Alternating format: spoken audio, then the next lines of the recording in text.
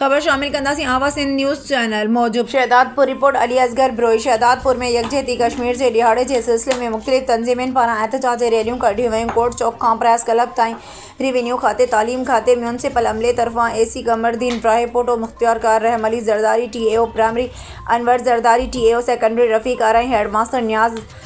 اے نائچ راؤ یوسف پیر اکرام رضا جی اغوانی میں ریلی کڈی وئی ریلی کے خطاب کندے اغوانن چوتھے ریلی جو مقصد والارل کشمیر کے مظلوم عوام سان یکجہتی جو اظہار کرنا